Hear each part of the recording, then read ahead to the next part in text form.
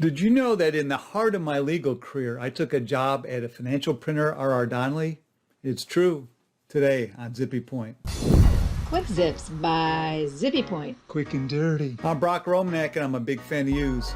So right at the peak of my career, I took a leap and went to work for a financial printer. Crazy, I know. I'll try to keep this short. Right when I was leaving the SEC, winding up my second tour of duty at the agency, the business development head for R.R. Donnelley asked me for a meeting to learn about what was called the aircraft carrier.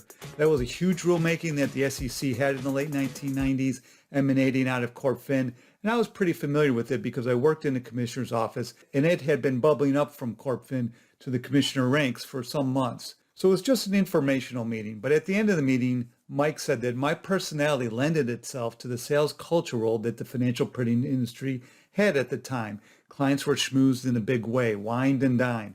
I had experienced that firsthand when I worked in two law firms between my two stints at the SEC.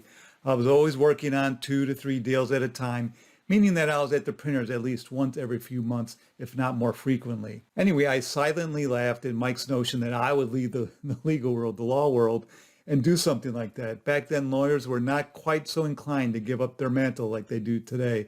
And at the time of this informational meeting, I had actually taken a job to go in-house at Lockheed Martin. So I was already about to be in transition. And then when I was at Lockheed Martin, I slowly wrote up a series of FAQs at night about how the securities laws were impacted by the internet, because that had been my specialty when I was at the SEC.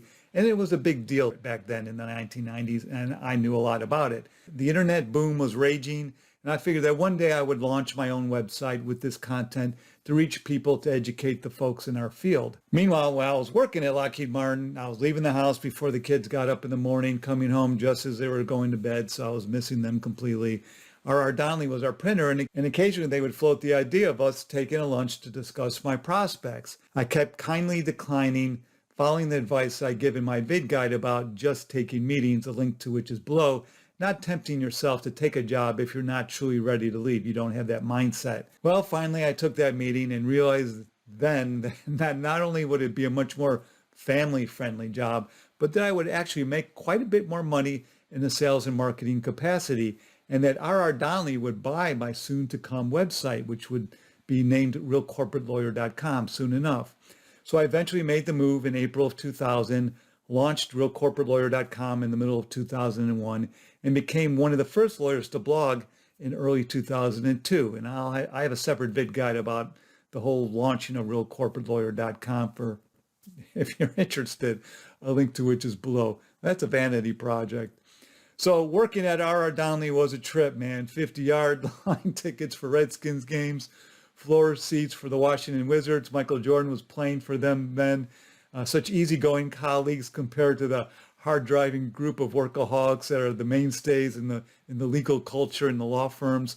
And, you know, I had been one of them for sure. And so I was definitely sticking out like a sore thumb in the R.R. Donnelley culture. The job was great. I think my title was Director of Internet Strategy, which now sounds like complete garbage. But back then, anything with the word internet in it was truly special, sexy, and a lot of it was just a dream come true.